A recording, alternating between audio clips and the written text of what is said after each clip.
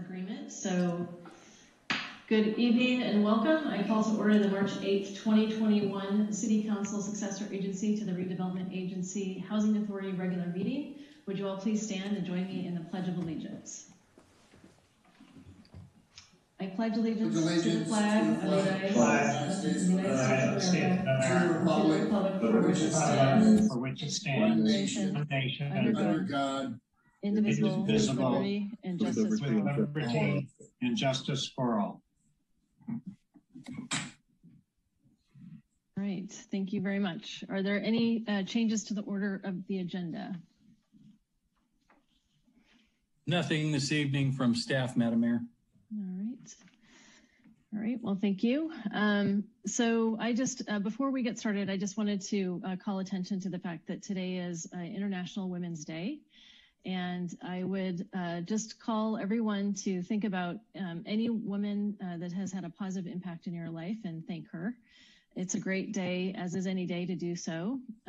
Celebrate her achievements, raise awareness against any kind of bias, and take action for equality. So that's all I have to say about that, and we'll have more later this month with respect to Women's History Month.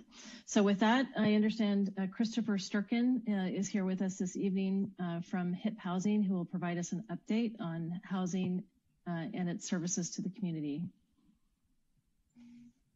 Welcome, Chris.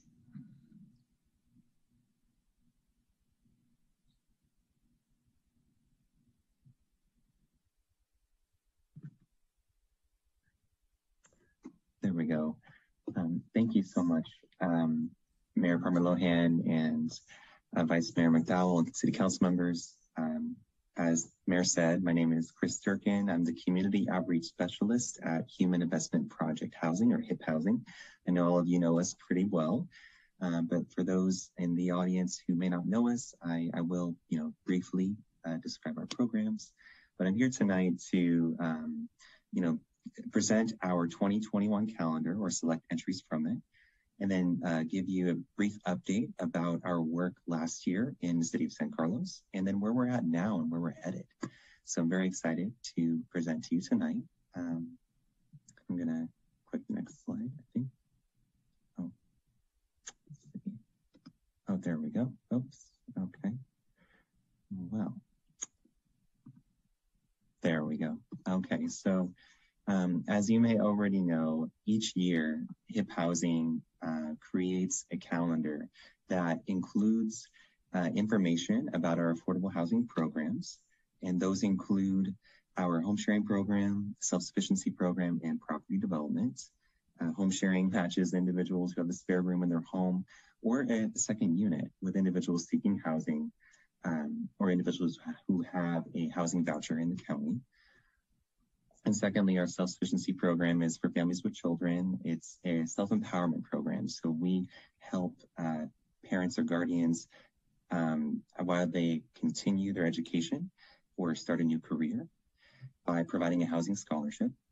And then thirdly, our property development program owns and manages 28 properties across the county, including some here in San Carlos. And this is one entry, as you can see, from a student here locally. And what the prompt was for the students was, what does home mean to me? And Ashkara Jane said, my home is a person which opened its arms to hold me tight during this pandemic. And as you can see, she included a number of things in her home. And that included healthcare, school, work, Netflix, of all things. And so this is just one of many representations of what youth are going through right now during this pandemic and how important home is to them. And here's just another entry where the student said, my home keeps us safe. I like being at home because I can play with and be with my friends and family. And then another student said that, what my home means to me is my dad, mom, and brother and my family. Home also means where joy is and comfort and where I feel safe. So again, just hits on that same theme about the importance of housing. And fourth is by Noemi Sims, home is shelter for the heart. You make home or else you just have a house. I love that one personally. And so as for our programs and giving you an update on our work in San Carlos just last year, we had 62 people from the city of San Carlos, both employees who work in the city as well as residents, apply to our home sharing program. And we had 8 matches last year and 11 matches that continued from the previous year. And 6 families who participated in our self-sufficiency program, and 31 tenants, including members of those families in our self-sufficiency program. And we also had some tenants in the city, 31, some of whom reside in our Cherry Street property, which we're really excited to be working with Eden Housing. That's all I'll say about that.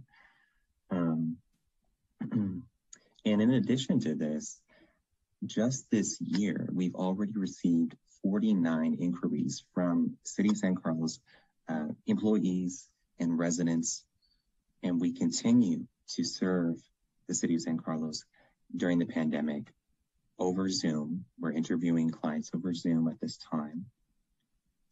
And so your support is essential. And we thank you for your continued support and hope that this calendar that I presented, brings you joy and is a representation that you can hang on your wall in your office at home. The work we're doing here and really the significance of home for not only the youth in our community, but also the community as a whole. So thank you so much for your time, and I'm happy to answer any questions you may have as well. But that is my presentation in brief. Thank you. Great. Thank you, Chris. Are there any questions from council at this point for Chris and HIP Housing? All right, I don't see any. Chris, I do have a question. What's the best way for the community to get in touch with you if they're seeking your services? Great question. Thank you. The best way to reach us is to call us at 650-999-6450. That's our cloud-based number. We transitioned to a cloud-based phone system so that you can reach us even while we're at home. And our main number, 650-348-6660, our traditional number, that still works as well. You can reach us at either one. It goes to the same line. Just there's more ways to reach us now. So that would be my recommendation, to give us a call. Great. Well, thank you for providing these very important services to the community, and the calendar is just beautiful. And how would the community procure one of your beautiful calendars? Yeah, they can actually visit our website, and we have a web page where you can enter your contact information to request a calendar, and then we'll mail it to you. Wonderful. Thank you so much, Chris. Thank you. Through the chair, we do have 2 members of the public who are interested in speaking. Great, thank you. Okay, so I'll go ahead and allow actually one hand just went down. So we have one remaining. Linda Burrows, you should be able to unmute yourself at this time. There you go. Yes, hello, thank you so much. I was wondering whether or not HIP Housing Chris might highlight the fact that they do have participants who are seniors and not just young families that are seeking housing. And they're always seeking house sharers, that is citizens who are willing to share their home.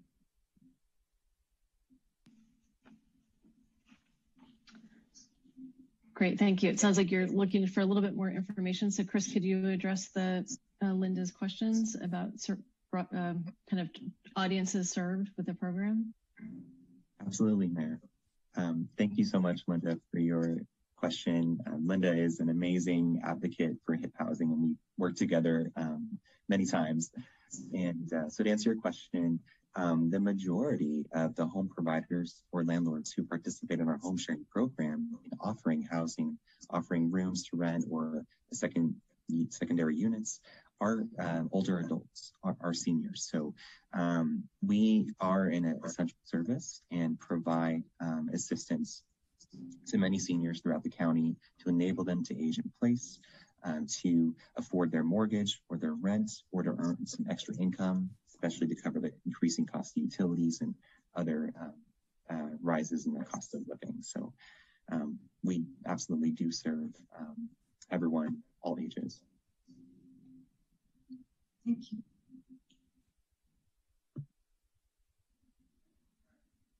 All right, Crystal, does anyone else wish to make a comment? It doesn't appear so, not on this topic at least. Great. All right. Well, thank you so much, Chris. Really appreciate the presentation and all the work that you do. For our next item, we will have council communications and announcements, which are brief items from members of the City Council regarding upcoming events in the community and correspondence they have received. They are informational in nature and no action will be taken at this time. They're allowed to report out on subcommittees, regional boards, commissions, and committees. So is there anyone? I see Vice Mayor McDowell wishes to make a report. You have the floor. Thank you, Madam Mayor. I just wanted to do two quick things. Last week I had the opportunity to volunteer with Meals on Wheels, and Meals on Wheels is currently delivering hot, nutritious meals to 43 homebound seniors in San Carlos. And I just wanted to let the community know that they're always looking for more participants. I'm very proud that the City of San Carlos has contributed grant money to this program so that the wait list has been kept at virtually zero. So if you'd like more information or if you'd like to volunteer delivering meals or packing meals or making wellness calls, the website is penvol.org, which stands for Peninsula Volunteers. And I also wanted to give a big congratulations to the Chamber and the city who worked together to get the farmers market restarted over the weekend. It took place on Sunday down at the Industrial Arts District down by Devil's Canyon, and there was a great turnout, live music, wonderful produce. So I would encourage the community to try it out on Sundays, I believe from 9 to 1. Thank you, Madam Mayor. Great. Thank you, Vice Mayor McDowell. Councilmember Collins. Thank you, Madam Mayor. Between the time of our last council meeting and tonight, I had a meeting with the Caltrain Electrification Task Force, and just a couple of updates. We also get a report from High Speed Rail once a month, and their environmental impact report is just about done, and it is in the public review period right now. Also, on the electrification front, over 50% of the foundations have been poured. If you've been seeing those poles going up and down the peninsula, they are well on their way to being completed. So they passed the 50% point at this point. And then also the first train sets are expected to be arriving, the first electric train sets, that is, are expected to be arriving any time now. From Salt Lake City. Those are going to be the new, what they call EMUs, electric mobile units that are going to replace the current Caltrain. So things are moving along, not as fast as Caltrain would like, but with probably by this time, 2023, we should start seeing the first electric trains rolling up and down the peninsula. That's my report. Great. Thank you, Councilmember Collins. I don't see any other hands raised, so I'll just share Saturday night, Friends of the Adult Community Center, which is pictured behind me, held their annual fundraiser crab feed. It was a sellout, terrific food, lots of great participation, and all contactless, so a very safe event. And I know that they do important work for the adults in our community. And I know that they've, similar to what Vice Mayor McDowell was talking about with respect for food programs, have done a lot this year with respect to making sure everyone is well fed. So thank you for the Adult Community Center and the Friends of the Adult Community Center for their efforts this past weekend.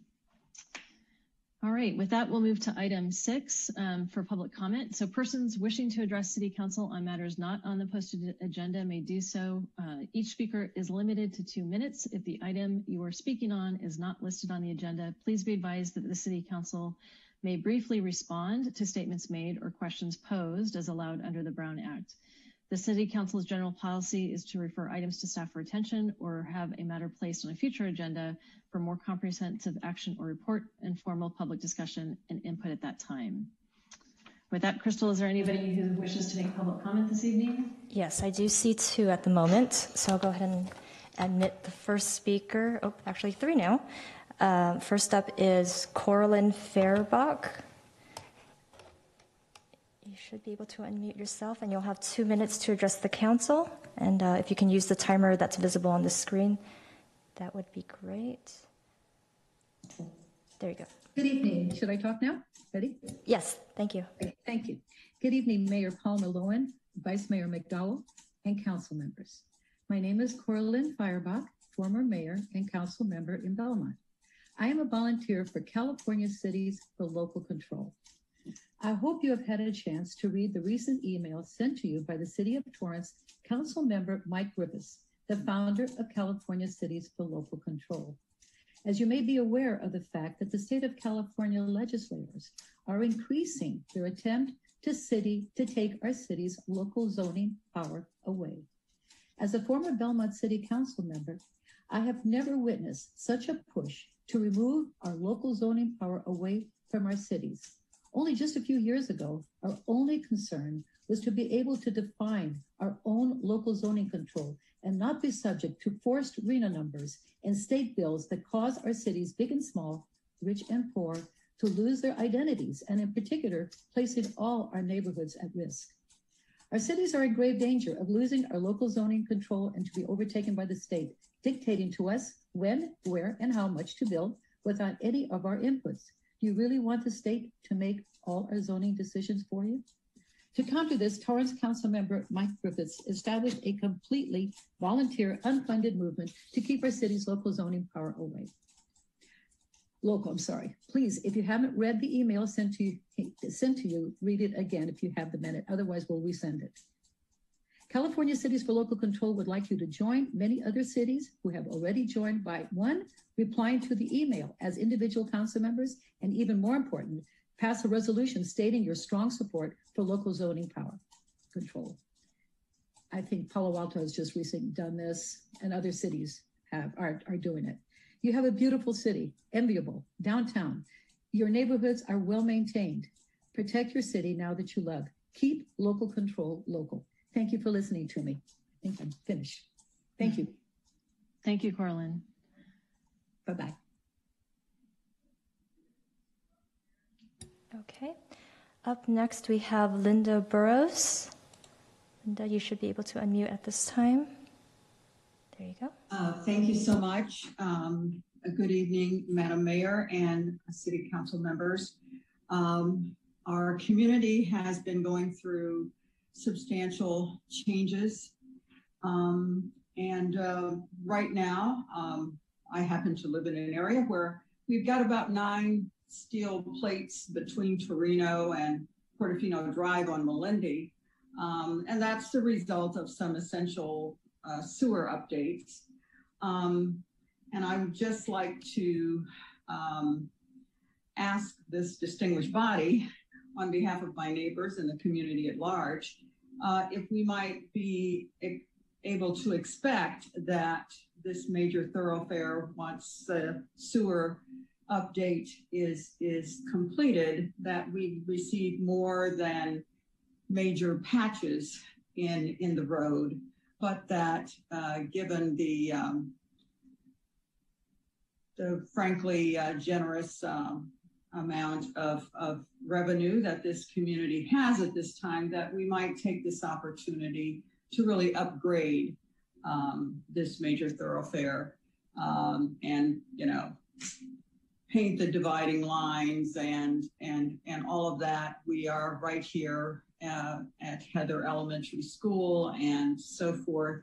So this is an opportunity to do some very overdue upgrades. There are numerous patches from previous work, but all of them kind of are being compromised and turning into speed bumps by default. So that would be my question for the record. Thank you. Great. Thank you, Linda. Jeff, could I ask that someone on staff follow up with Linda Burrows on her request? Absolutely. We'll make a note of that. Okay, thank you. Okay, and then looks like our last speaker for this item is Dan Turunian. Dan, you should be able to unmute. Thank you to the council for the opportunity to speak with you this evening. And thank you for being empathetic to our grocery workers who have played and continue to play such an integral role during the pandemic in considering the extension of hazard pay to them. Please know I'm not debating the need or the merit to provide these critical workers with hazard pay. I'm asking the council to consider two fundamental questions. Is it within the city council's purview to determine what employers pay their employees? And secondly, should the city council decide which employers pay or don't pay hazard pay? I feel that we are potentially setting a concerning precedent that will have unintended consequences. And again, although our intent is positive, we must recognize the role of city government in contrast to the role of an employer. By definition, the employer is a person or an organization that employs people and as such creates a pay scale for that work. If we allow local government to set employee definitions and by default pay scale, where does that end and how do we ensure consistency and equity and how that would be applied over time as one council gives way to another?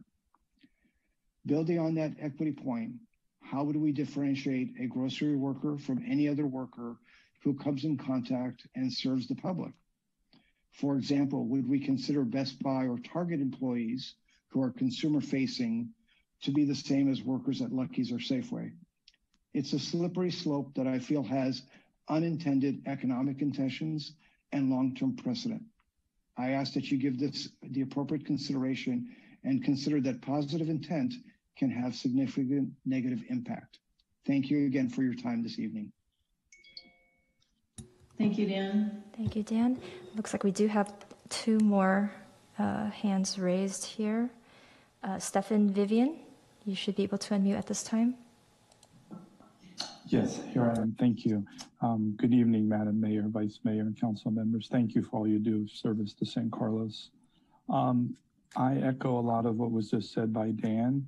I come at it just a slightly different point of view from the grocery workers. I would hate to see anybody be denied any higher salary or wage at any time, but I don't really believe it is the job of the city to take a position in private deliberations.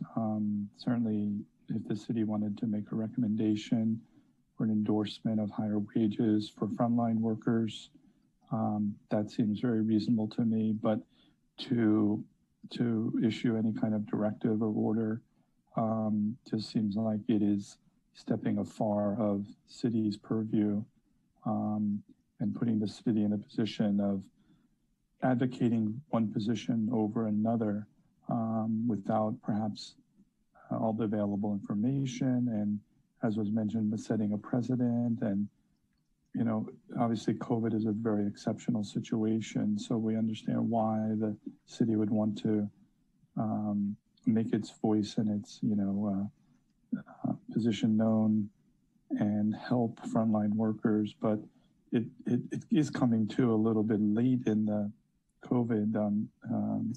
I would have expected this months earlier, but nonetheless, it just seems that it's a little afield of the city's purview to step into this kind of a situation. And then it begs the question, where does it end and how many other items does the city need to get involved in of a similar nature, where it seems one side has a pretty good point to its position. Thank you so much.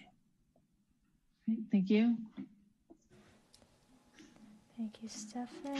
And so our next speaker would be Ryan McGilly. Ryan, you should be able to unmute at this time. Hello, can you hear me? Hello. Hello. Yes, we can hear you. Okay, great. Good evening, council members. My name is Ryan McGilly. I am a USCW organizer.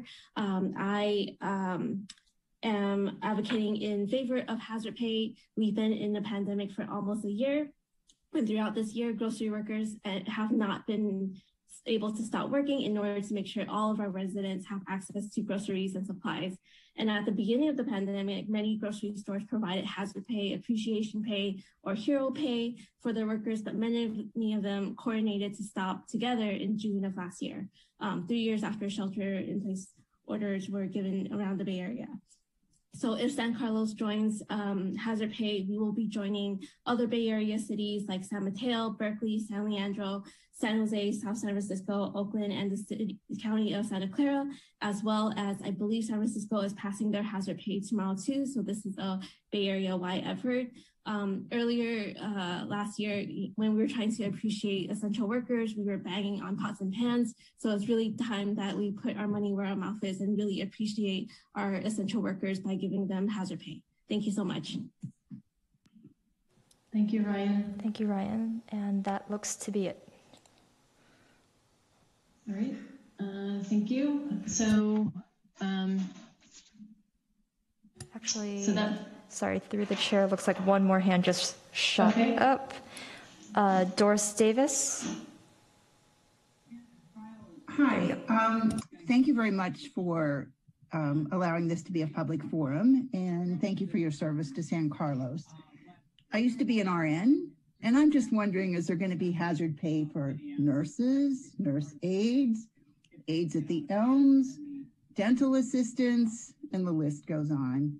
So, you know, the EMTs who are more at risk than a grocery worker because they have to do CPR, and nurses and nurse aides and dental assistants. So just the list goes on. So where does it stop?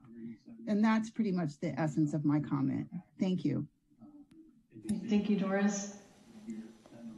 Thank you, Doris. And that looks like that is it. Thank you.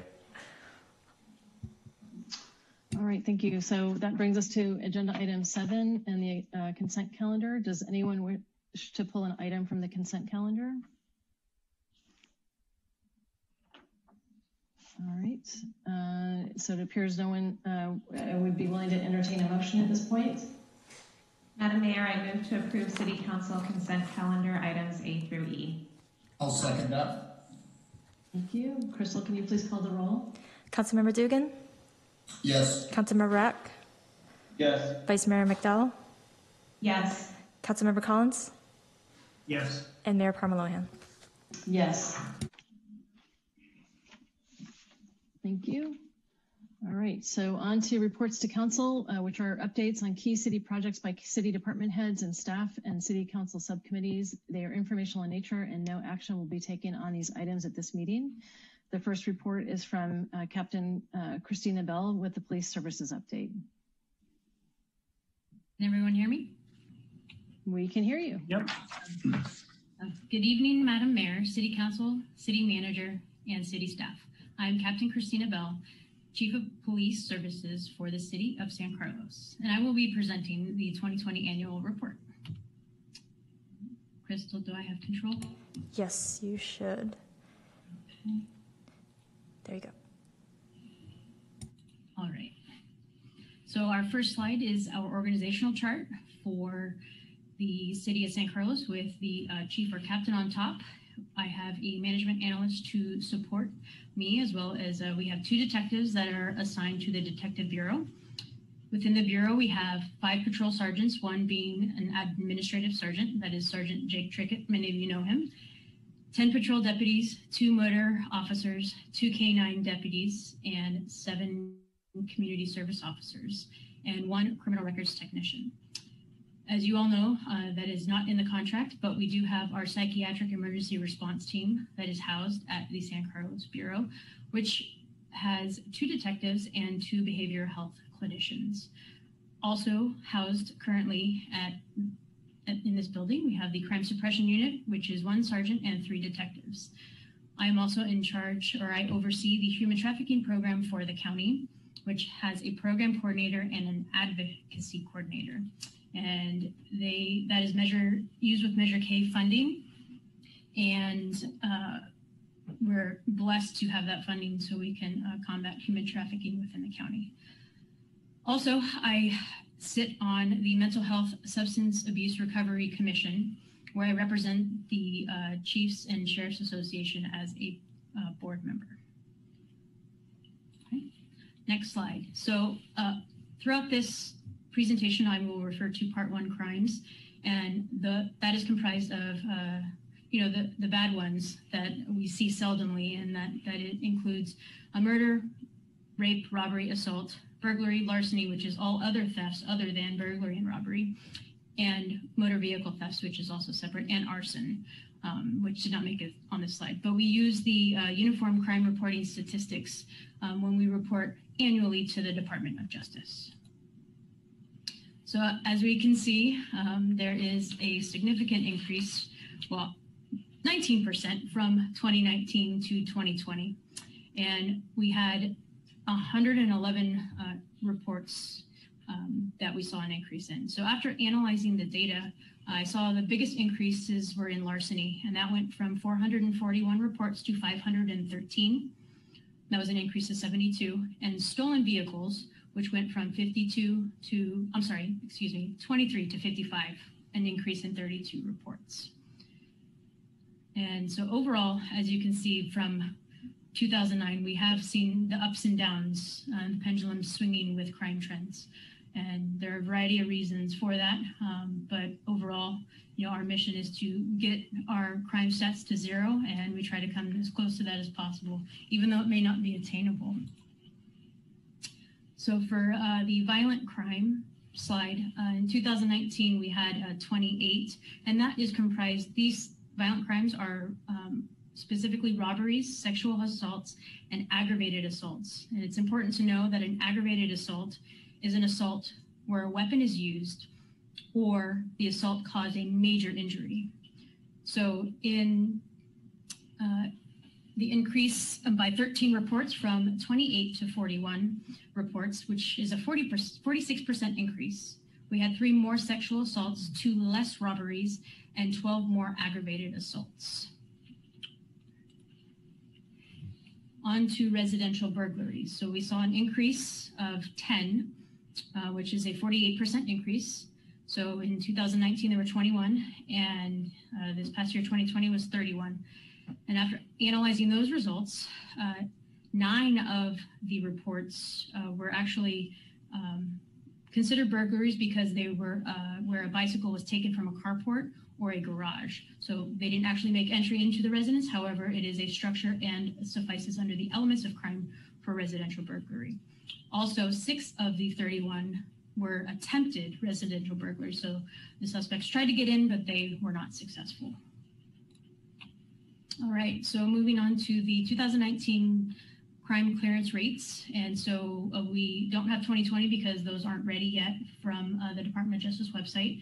So the last council report out that now Assistant Sheriff Mark Derry reported on was 2018, and now I have the 2019 stats. So as you guys can see in San Carlos, we had a 61% clearance rate for violent crimes compared to, in the chart it compares to the rest of the Sheriff's Office, all other jurisdictions, then also the county, and then compared to the state. So San Carlos is doing pretty well. And moving on to the property crimes, also ahead of the game, 19% clearance rate. Sorry, I'm trying to figure out how to drive. This next slide, we have the 2019 crime clearance rates for San Mateo County agencies. So we're comparing ourselves to other cities, and that these cities are not to be named. And I don't know the names on purpose. I asked my management analyst not to tell me, so I couldn't give any hints or clues. But looking at an overview, we are 4th compared to the county, and you can see where the individual cities, and also we added in the state, county, and all of the Sheriff's Office jurisdictions. And then for the property crime clearance rates compared to our surrounding cities, also we're third highest. So that's great for 2019. Moving on to emergency response times, there's a slight increase, but we're hovering around that 4-minute time. So our goal, according to the contract, is to be less than 5 minutes. So we're always paying attention to that and making sure that we're arriving to priority 1 calls as fast as we can and as safely as we can, because we need to be very mindful of our driving throughout the community. And just for reference, in 2020, we had 13,434 calls for service where someone from the community called sheriff's deputies that report to San Carlos for their assistance. That does not include proactivity calls for service. Moving on to traffic collisions. So overall, you see that red line, that's the overall crime trend is down. I'm sorry, not crime trend, traffic collision is down. So we went from 161 reported traffic collisions to 122. Breaking that down further, there was a slight increase in injury accidents and a significant decrease in the DUIs. I'm gonna say that that's because everybody was at home drinking and not driving because of COVID. And the auto versus peds went up again, and that's attributed to the injuries going up as well. But a lot of people were walking around and not driving, so that increase was seen there. Citation issuance. So due to COVID and the shelter-in-place orders, we had a significant decrease in our citations issued. Our presence in the community was maintained, but they chose the education route, and just during that really tough time, we were very sensitive to others, and people were going through a lot in 2020, and so all the deputies were very mindful of that through their patrols. So as we climb out of the red tier, our enforcement efforts have increased, and so we'll continue with the traffic saturation enforcement through the traffic and circulation funds that have been granted by council, which are greatly appreciated and helpful in saturating certain areas for common issues that we're seeing and complaints that we receive. Also, let's see, next slide. Oh, I'm sorry. I went ahead of myself. So for parking, same concept. There's a decrease in our parking citations issued just because people weren't out, and again, just very sensitive to everyone and their current situations. Right, so our traffic safety analysis, reported collisions were on an overall downward trend. So we were going to continue to build on that success for 2021. And we believe that the decrease in the collisions were the result of increased traffic enforcement and presence, educational efforts, and also coordinated efforts with Public Works and the traffic engineering. That's the third E of the 3 E's. So lastly, shelter-in-place orders had an increase in commuters teleworking. That's why we had less traffic. Less people were on the road because they were at home. No one's going to work or driving their children to school within the city.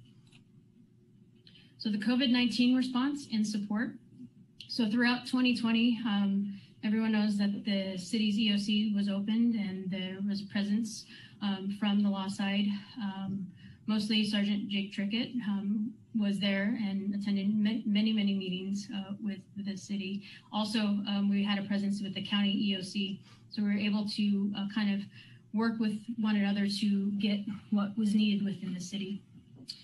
There was a collaborated effort within the city and the sheriff's office to provide masks to senior living centers. And I can speak on that personally because I was the captain in charge of the transitional housing unit of the women who were in custody who actually made the masks for the residents at the senior living centers. So thank you again to the council for the funding to purchase the items to be able to make those for the seniors in town when masks were not around and no one could find anything.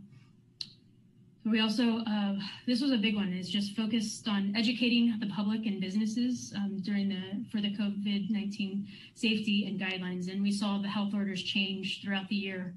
And the biggest thing was just communication. And again, a shout out to Sergeant Jake Trickett he had to walk down Laurel and communicate those health orders with the business owners. And we thank the community for their patience and their grace during that time. And lastly, the countywide development and management of the mass vaccination clinics. So again, we've provided deputies and sergeants here for the planning of the mass vaccination clinics. So hopefully when you guys can get on the queue to get your vaccine, you'll see one of our sergeants out there assisting. Right. Community engagement. This looked way different in 2020 because, we wanted to respect the distance and we wanted to respect, we couldn't have our regular, all the community events that happened, right? All that had to stop. So that looked way different this year. And so we took advantage of the social media videos, SMC alerts. That was very important to make sure that we got ahead of the communication in that fashion because we couldn't really see as many face-to-face encounters that we wanted. For the charity toy and food drives, we participated in that this year as they have in the past. And kind of a unique story that happened over the holidays. I was here already, and Sergeant Shirkett received a voicemail from a mother of 3 that asked for any used property bikes that we were getting rid of because she wanted her children to get out more and get away from the screen time. So Sergeant Shirkett, along with Sergeant Haas and Sergeant Leishman, they took the initiative, went to the OSS, which is our Office of Sheriff Sergeants Union, and got 3 bikes from them. They built them, and they put in their own money to purchase bike locks to make sure that these kids locked up their bikes safely. And they were actually delivered to the family the afternoon of Christmas Eve. So that was a great thing that I can talk about that they did. I'm very proud of them for doing that. And lastly on this slide, just increased homeless outreach and support, just due to COVID again. Housing was a problem, and so we really worked and collaborated with the PERT team, which I'll talk about in a bit, and just working with Life Ministries and Street Life Ministries and Life Moves, and to collaborate with our homeless population that frequents in town. So our downtown services unit. So as you guys know, due to cost savings, the amount that was allocated for this unit went from $250,000 to $150,000. So at first we were still doing the 4 deputy filling those shifts, and then it was reduced around October because it was forecasted that if we didn't make that reduction, we would go over budget. So in order to spread it out and make sure that we were visible in the downtown areas for that specific unit, that's why it was reduced to 2 in October. However, the shifts, our deputies working the beat, and also our motor officers, I'm sure people saw down the Laurel Street closures, them weaving in and out. We're still present regardless of this not being fully staffed like it was once intended. So overall, since its conception in October 2019, there's been 80 citations and 846 business checks. So that is great, and that will continue to rise. Okay. So our psychiatric emergency response team, since the last report in November 2019, it was reported that there was only one detective and 1 clinician. And now they had just started the 2 detectives and 2 clinicians. So since then, it's been very effective and helpful for all of our sheriff's office staff, and that they provide countless amounts of training and assistance, and they're available by phone if they have a person who needs resources. But the biggest thing to report out on regarding this team is that they created, under the direction of Assistant Sheriff Mark Dury, the Enhanced Crisis Intervention Training. So I was supposed to go to the one in January, but I had a conflict. And so I will attend the next one, which is set to be in the spring of 2021. But the biggest difference between our crisis intervention training versus enhanced CIT is we go from the, okay, this is what it is, but The enhanced training is, okay, this is what you're supposed to do. This is what it looks like. This is the operational side of everything. This is what it looks like to disengage. This is what it looks like to have de-escalation tactics, what we're allowed to do legally and what we should be aware of. It's also a great way for our patrol encounters to be well aware of the mental health resources. So in addition, we have been very lucky that other teams have popped up in different cities in the county, and they've actually come to our PERT detectives for advice of, hey, what should we do? You guys have been doing this for 10 plus years. Can you please help us? So it's a great resource for the rest of the county to have. So countywide, there were 718 citizens connected to services in 2020. So in the city of San Carlos, there were 103 cases that were reviewed by PERT. So 86 people were placed on a 5150 hold, which just means that they're a danger to self, danger to others, or gravely disabled. And then also, in addition to that, our deputies made 30 PERT referrals. So all in all, this is a great resource for all of our deputies to have. And it's a constant evolving program where, you know, we're just making sure that we're available and so to help anyone in a crisis. Technology.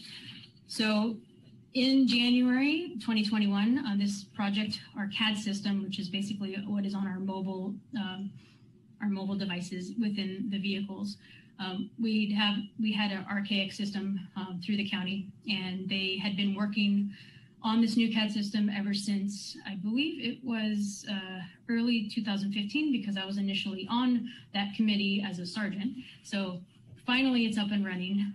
It is a great system that offers a lot more resources, and we're able to gather more data. So that will help with our intelligence-led policing model. It'll actually give a lot of maps and hotspots, you know, in just a snap of a finger. And so that, you know, it's been a few months, so we're still ironing out the kinks, and then, but we will see great performance from that. It's just going to help our deputies out on the street serve our communities. Next, there's a typo. I apologize. That's my fault. This should be UAS, which is the Unmanned Aerial Systems Program. So that is our drones. So we do have 8 drones throughout the Sheriff's Office jurisdictions. We do have 1 vehicle that is outfitted for 1 person to have that specialty spot. So this is a great tool for our teams to use throughout the Sheriff's Office. And we've used it in town for many things when we're looking for lost persons, you know, setting up a perimeter. I know that not in our jurisdiction, but in another jurisdiction, they used it on a PERT call where PERT was called because they had a subject as a non-criminal barricade, which means that there was no crime. This person had locked themselves in a garage, and they had a firearm, and they said that they wanted to harm themselves. So what we were able to do is that our deputy from San Carlos was deployed out there. They were able to put the drone in very close to the area the subject was in, and then we were able to confirm that the subject was inside and had the firearm that they said he did, because they had negotiated with him and made contact, and they were able to get him to put out, I think it was a few rounds, but he did leave 1 in the chamber. But there's nowhere way else to find that out without having the drone, because it would have put everyone at risk and potentially escalated the situation. So the use of the drone was, you know, very helpful during that incident.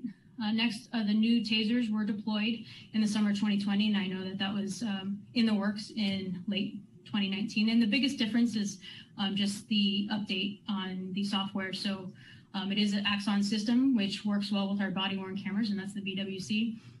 So what that means is that for whatever reason, if the deputy didn't have a chance to activate their camera prior to the deployment of the taser, once the deputy pulls the trigger of the taser, it'll automatically turn on our body-worn cameras. So it's just a system in place for us just in case, so that we can collect the data that we need. And lastly, with the collaboration of FIRE, Zonehaven is a software where it it helps with our emergency responses for fires and evacuations, and it uses the Google GIS systems, the mapping systems, and we're able to coordinate with fire, Office of Emergency Services, and obviously law enforcement, so we all can get in the same place and figure out what is the best strategic way to evacuate or inform our community using those maps and the information that we have in there. Right, so past events and recent events and looking ahead. So I just wanted to highlight a few things from the street crimes team, the crime suppression unit. So the Operation Shattered Glass, that was in January 2020, and it was led by our CSU team, which resulted in 8 arrests and more than $2.5 million in stolen property from a series of burglaries in San Mateo County. But what many of you don't know is that a San Carlos CVS commercial burglary skyrocketed this case because CSU detectives were able to identify suspects from that video footage. So because of that, they were able to identify those suspects, which then led them to others. And then that's how they were able to do this operation. So the second operation, Operation Proof of Purchase, was executed in September 2020, which is a spinoff of Operation Shattered Glass, which was also led by CSU, which stemmed from the commercial burglaries, retail stores, auto burglaries, residential burglaries, where a large criminal organization was purchasing and selling stolen goods.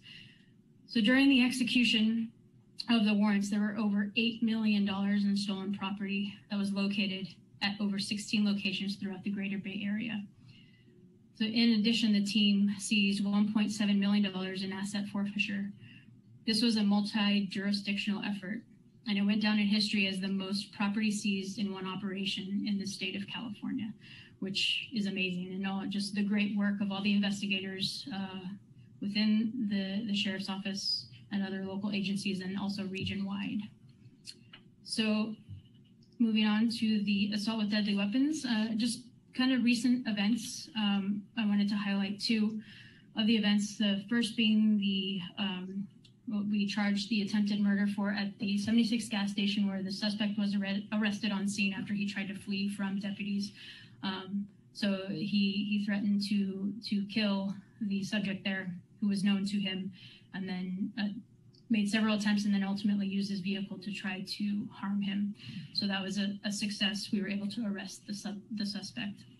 The second is the most recent, the Home Depot stabbing, where the suspect got the brachial artery of the victim, and because of life-saving efforts that deputies made, he lived, and but the swift actions of the on-duty deputies as well as the Detective Bureau, we were able to have the suspect arrested within 48 hours, which I'm very proud of everyone that worked very hard on that case. I just wanted to talk about the recent robberies. And as we know, we saw a 2 decrease in from 2019 to 2020. However, as of today, from January 1st, we've had 5 in San Carlos. So I'll share those with you.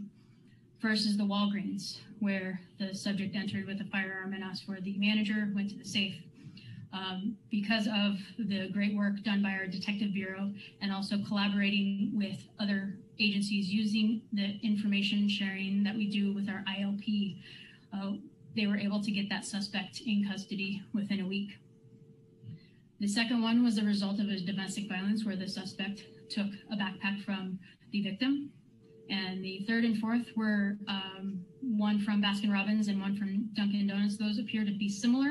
It is still under investigation, and I spoke with the Detective Bureau, and they believe to have a lead on a suspect.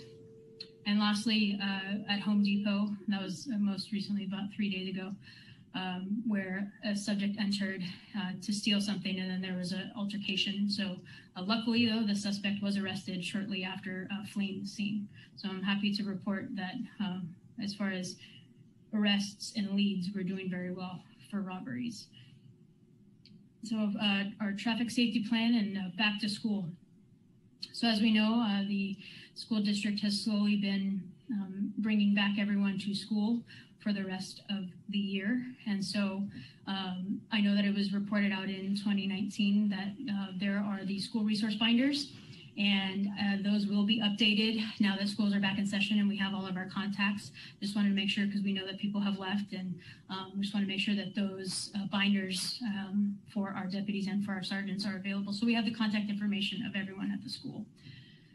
Then also just looking forward to collaborating with the school district to pick up where we left off a year ago. And just the traffic safety plan, have been working very closely with Sergeant Trickett and Steve and DPW, of just, really taking a look at where our hotspots are and what we can do for accident prevention, and also increasing our presence in those hotspots. So this concludes the presentation. However, I would like to take this opportunity to thank the men and women of the Sheriff's Office who made a tremendous impact at the San Carlos Bureau in 2020. And we all know that you had a rough year too. A special thanks to Sergeant Jake Trickett and Management Analyst Kathleen Irvine for their work on this presentation and staff report. I couldn't have done it without them. I would also like to thank City Council, my fellow department heads, and the City Manager and City staff for giving me such a warm welcome when I arrived in December 2020. I look forward to working with everyone as we try to get our lives to a new normal. And thank you. That is it. Thank you, Captain Bell. Any questions from Council for Captain Bell on the report? All right, I see Councilmember Rack and then Councilmember Collins. Thank you, Mayor Palmer-Lohan. Captain Bell, thank you so much for the presentation, for all the work that you do. I know it's been a challenging year for 2020 as well, with all the changes we've had downtown and with COVID. I had one question as we look at sort of the downtown officer, and I know we've had some budget changes and some shift changes and things on that. I'd be interested in maybe it doesn't have to be today, to get some sort of update and briefing and get your thoughts on the program moving forward as we kind of go through budget coming up and understand what might be needed to make it more robust, and get your feedback on whether the program is working in the current situation, in the current sort of level of funding that's there. Okay. Did you want me to try to answer that, or you just sure? I didn't want to put you on the spot on that. No, it's okay, no problem. I heard you do that. Feedback on that, that'd be great. No, so we've actually been in discussion about how can we make this program exist with the current funding, and Sergeant Trickett had an excellent idea about utilizing our CSOs, and so that's at a lower rate, so we're able to deploy them and have them walk. And it is, building those relationships, getting to know the business owners, but also, just getting to know our staff. So just involving them in the process could help save money. But we're going to put our heads together and try to figure out what's going to work best in the future. Great, thank you. Councilmember Collins. Thank you, Madam Mayor. I just wanted to congratulate Chief Captain. I'm not sure what we should call you now. I'm so used to calling you Chief Bell, but Captain, whatever you prefer. I wanted to say thank you for a great report. It's very thorough. And also a shout out to Officer Trickett. I think he's been doing a wonderful job as well. We've had a great presence downtown. I think all the officers have been very professional, and that's a credit to the leadership all the way up the chain. So thank you again. Thank you. And let's not forget Assistant Sheriff Mark Dury was here in 2020. So he started all this, and so I'll continue to build on his success. Yeah, absolutely. I echo that. Thank you again. Thank you. Councilmember Dugan, and then we'll go to Vice Mayor McDowell.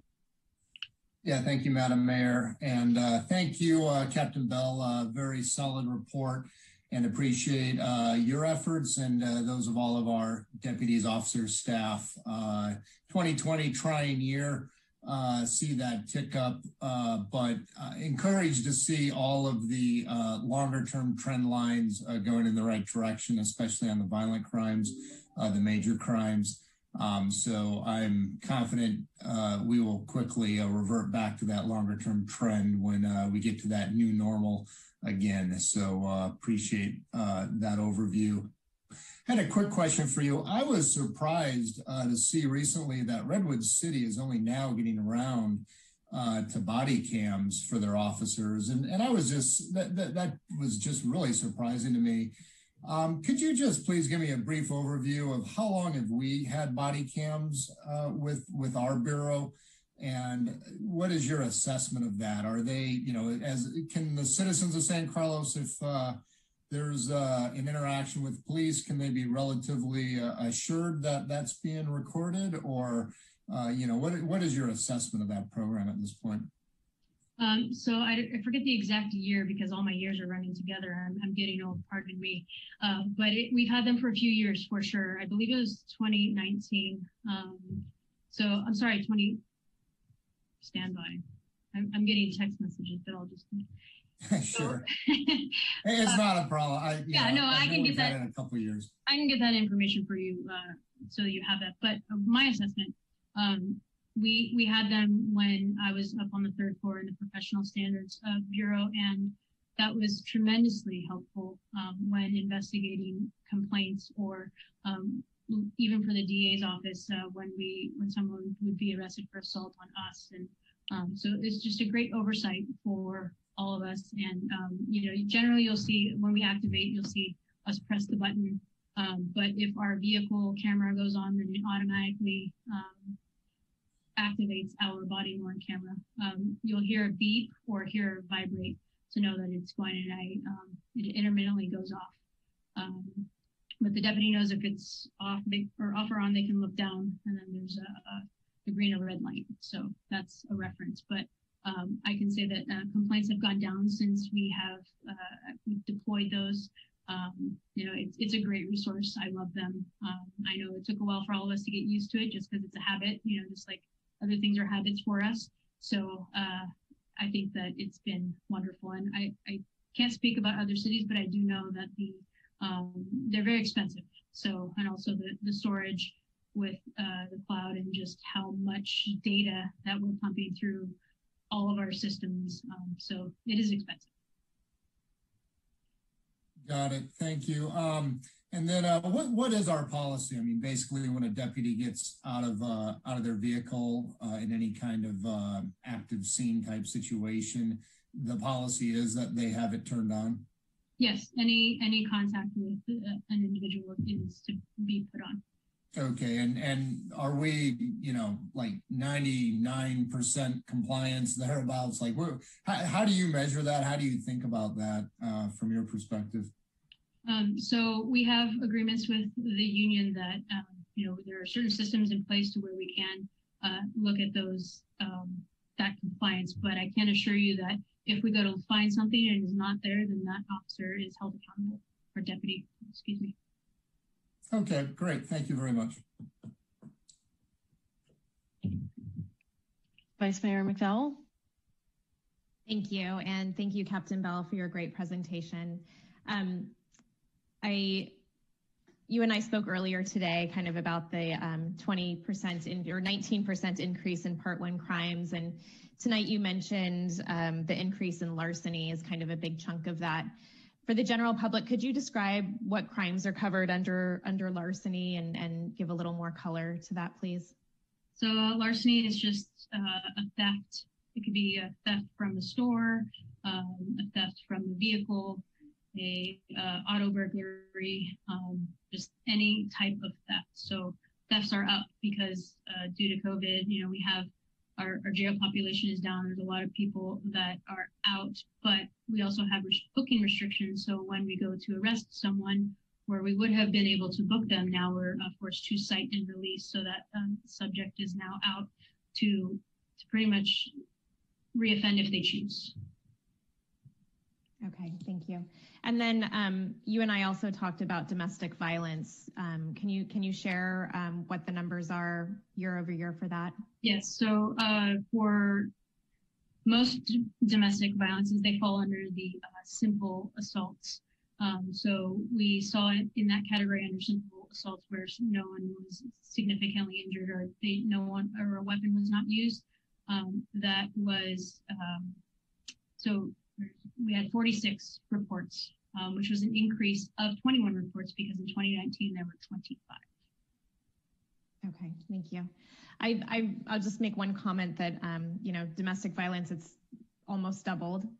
And we've seen this increase in larceny. So if there's a way to work together to kind of send messaging out to the community, how to reminders about vehicle theft and home theft, as well as, numbers and resources for those suffering domestic violence. I know this has been, unfortunately, an increasing trend during the pandemic. So, looking forward to working with you to increase our messaging to the community about both of those issues.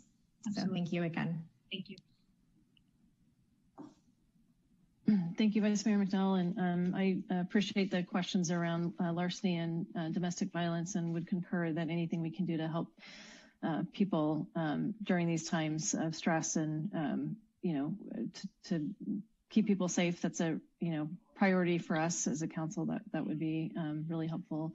And thank you for your report, and thank you to the team for all of their hard work this past year. I know with the backdrop of COVID, it wasn't easy to execute it against any of these circumstances, and it sounds like the crime rates are up a little bit.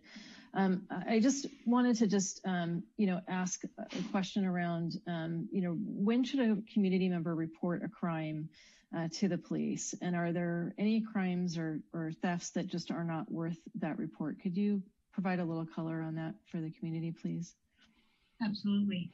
So what helps us with our ILP, our intelligence-led policing model, is for everyone to report any and all crime as soon as possible, regardless if you think, oh, it's just my $10, Safeway glasses or gas station glasses out of my vehicle. That puts a crime on the map for us, and that helps us gauge where our trends are. If we don't have that information, then we don't have the data. So I would encourage everyone to report their crimes as soon as possible. And the reason why we say as soon as possible is because when we get the call, we can flood the area, and that increases our chances of actually arresting the suspect or whoever is responsible for the crime. Any delay in that could add, other holes or, things that we have to do. And it's harder for us to solve the crime if we aren't immediately in the area right after it happened. And I know we can't always report because we're always not home, but the soonest that we can is very helpful for us. Great, thank you.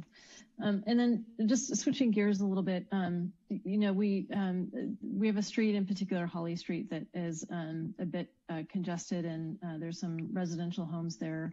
And I've been hearing from the community some concerns about, for example, work trucks that are traversing down that particular road with some frequency.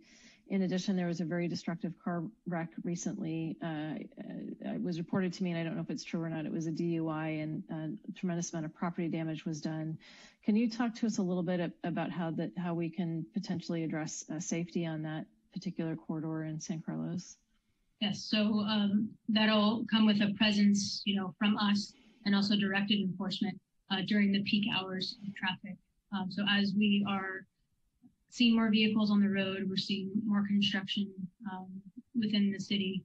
It's very important that our beat deputies and also our motor officers, they are aware. They already know, and I've gotten those emails as well, Mayor. So we've already deployed those resources, and we've already started the directed enforcement regarding the trucks. And I can say that our deputies are on the east side at night because of our intelligence-led policing model. We've had an increase in thefts and also stolen vehicles on the east side. So we have been on the east side in that area on the industrial corridor. So again, because of our systems and our IOP model, where we are flooding that area. Great, thank you very much. And then just one last question for you. I noted that the city of San Mateo has created a website for policing metrics that are available and accessible to the community on a regular basis. And this report was really helpful. And would your department ever consider at some point in the future publishing this data so that it's provides greater access to the community? That is a great question. I did see their fancy dashboards, and I know that Assistant Sheriff Mark Durg is actually in charge of the Records Bureau right now, and he saw that as well. So he's already in conversations with our records manager and what that looks like and what that means for us to do something similar. Great, wonderful. Thank you so much. Crystal, any comments from the public on this item? Oops. No, there are no hands raised. Okay, great. All right. Well, thank you again, Captain Bell. Really appreciate the very thorough report, and appreciate your sharing with us all the great works and statistics. It was my pleasure. Thank you, everyone. Thank you. All right. So the next is a budget study process discussion or report to council. I think Jeff or Rebecca will be taking this one. Is that correct? That's correct, Madam Mayor. I'm going to take this item, and Rebecca can jump in if we have any questions or need any other additional detail, because there's not much of a report from staff here. As you know, every year as we produce the budget, or I guess it's typically every other year, but we did a one-year budget last year, we start the process out with the community and the council by doing a budget study session or a series of budget study sessions. And we're seeking to get that scheduled with the City Council towards the end of April is typically our target time, around the second meeting in April or early May at the very latest. And what we've done the last few go-arounds with the two-year budget is to hold basically 2 full-day-long study sessions.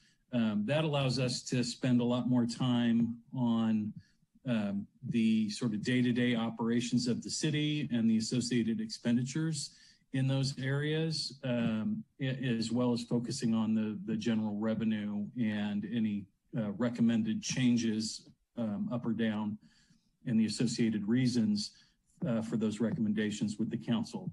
And over the 20 years that I've been involved in preparing the city's budget, I can say that we have done those study sessions in a number of different ways. We've had just one study session in an evening to cover that, where we focus more on the finances and the changes.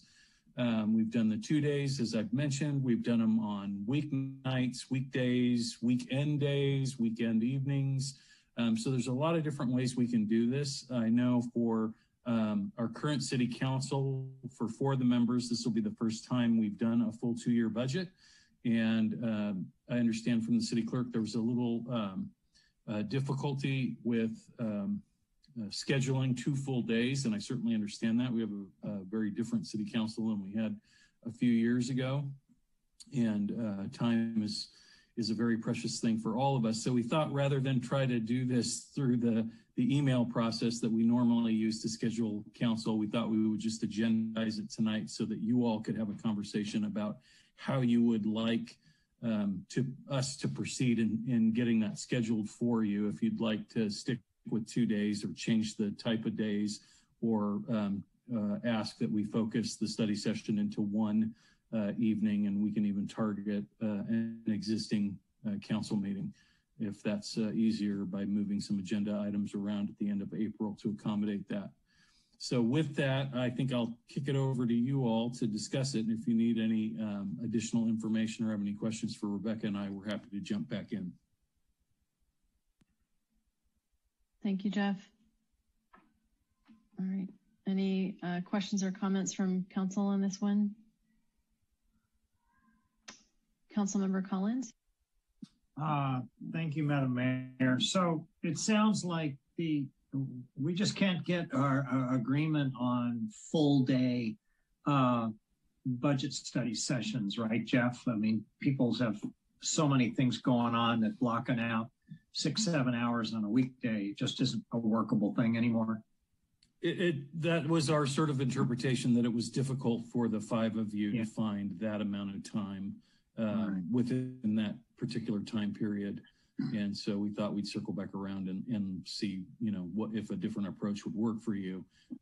We had previously told you that we would do 2 days, and so we didn't want to change that on you without talking to you first.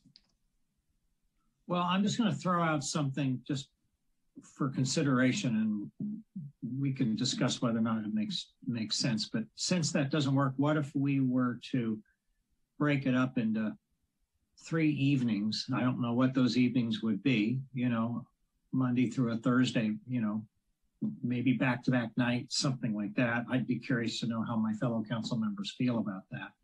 But if we do 3 nights, possibly 4, it depends on how long we want to spend on each of those meetings and whether or not, and how staff feels about it and how staff would be able to accommodate that. So that's a question for you, Jeff. If we did something like 3 nights or something, or 4 nights, I'm not really sure how much we have to cover. I know we've always covered a lot in the past. What sort of impact is that on staff, and is that something that they would be manageable for them? I believe that would be manageable. I would probably suggest no more than 3 nights, but more out of concern for public participation than staff participation. As long as we know in advance, the biggest hurdle for us in scheduling that would be conflict with other meetings like planning commission meetings or Parks and Rec Commission meetings or community meetings that are scheduled where we just already have a commitment. But we're talking fairly far in advance right now, so we should be able to accommodate that and work around that. I think the real, in addition to how you break it up, the other question for you to consider is, how much time do you want to spend on certain amounts of data? Within a 2-day study session timeframe, whether you're breaking that up into multiple evenings or whatever, a lot of the focus, as I said, is really sort of on the past in terms of performance and what it is we do, as opposed to the future budget. It's just kind of setting the stage, because as you know, when it comes to public budgets, a lot of what's in the budget really sort of remains unchanged. And because it remains unchanged, in the budget process often goes without a lot of discussion, sometimes no discussion at all on an area where we might be spending millions of dollars. But, because it's not being changed and it's pretty routine stuff that we're doing, it just doesn't get any attention at all. Okay. So I don't see any other hands up, so I'll ask a question. Did it look like there was particular days of week that were a challenge, or was it the time period from one meeting to the next? I think the biggest comment, the most common comment we received was the full day was problematic.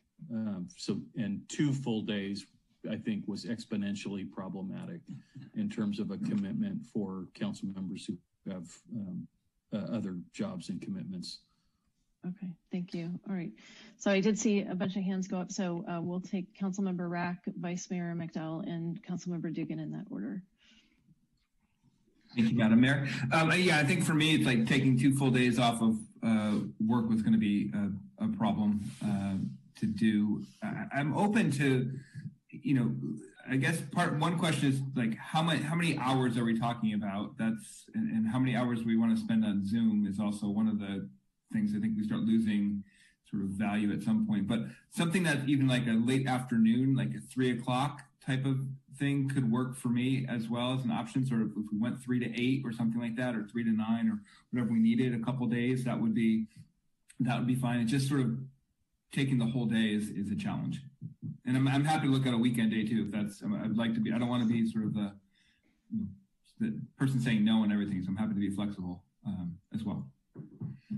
Thank you. Vice Mayor McDowell.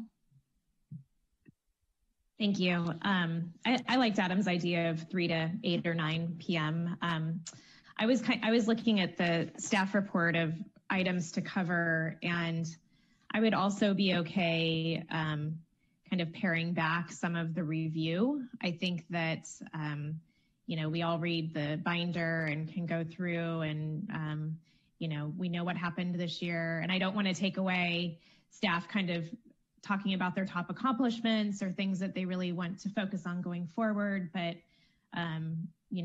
reviewing the organization chart and comparison with other cities or looking back at the budget process, I think that there are areas where I would feel comfortable with us just doing our own homework on that and then really focusing on highlights of the year, changes going forward, changes in funding requests, getting into the meatier issues maybe a little quicker than has been done in prior years. Thank you. Councilmember Dugan. Yeah, I guess I would just echo Sarah's comment that, I guess I haven't lived through it yet, so I'm going to defer to what you folks think is best. I guess my observation is I'm just surprised that we're talking about 2 full work days, which that is actually hard for me to pull off. I'd rather give up a Saturday or something like that than 2 full work days. But 2 full work days versus squeezing it into a council meeting. So kind of hard to square those 2 ranges of involvement. So sounds like a middle ground, perhaps maybe what Sarah's suggesting is the right idea. And I would just say I would rather break it up in late afternoon, evening shifts, or maybe weekends versus entire business days. That is tough for me. Okay, thank you. Councilmember Collins. Thank you, Madam Mayor. Yeah, I'm pretty flexible. Maybe we do one of each. Maybe we do a late afternoon and a Saturday. Like a 11 to 3 or something on a Saturday, something like that. But I'm pretty flexible. I think that the other thing is having a Saturday might encourage more public participation. We might have more people interested in what we're talking about. So it's something to think about. But like I say, I'm pretty flexible. I think what the general consensus of the council is, I'm happy with. Ron, I guess you've lived through this so many times. I mean, do you and Jeff have an opinion on what's kind of the optimal level of review here? I mean, it just, I've heard like between an hour and 16 hours. That seems like a pretty wide span. Well, I'm just thinking all of our past sessions, mostly we did, as I recall, we did mostly Fridays. And I think we started around 9 in the morning. We took a lunch break, and I think we went till about 3 o'clock on one. Jeff can, if I'm misremembering, Jeff will remind me. And I think the following week we did something similar, but depending on how much discussion we had, the second meeting, as I recall, didn't seem to be so long. And the wild card here is that we did all this in person before. And so we had a lot of back and forth. And I don't know if a Zoom format is going to make it longer or shorter. It's hard to predict. So what I'm hearing is, and I guess from my perspective, it sounds like we're asking maybe for a middle ground, maybe not a full 16 hours, and a paring back perhaps of the review. I have observed that the package that the finance team puts together is very thorough and it's really easy to track. So I feel comfortable, just given my business experience and, looking at budgets, of being able to follow the story and do that pre-work. And I hear some proposals on the table of maybe we try a late afternoon into the evening session and then a weekend day. My preference, if we did it on the weekend, would be to start early as opposed to kind of right in the middle of the day, if people are comfortable with that. Just because it's, I don't know, then we can do other things in the afternoon if we need to. It would need up the whole of the day. So Jeff, does this give you the direction that you think you need to help coordinate us? I think it does. Rebecca and I will circle back around, but I'm kind of thinking that how we should approach this will be 2 half days and we can look at, we'll just make the full week calendar available to you all in terms of where you want to settle in terms of days and times.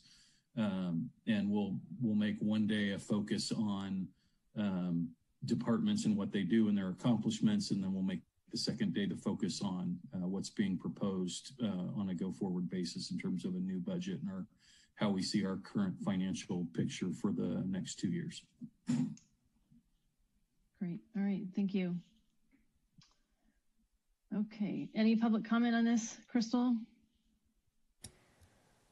Let me take a look. Does not look like there are any hands raised. Nope. Okay. All right. So then the next report is receive an update on the coronavirus. And I believe that's Tara Peterson, Assistant City Manager.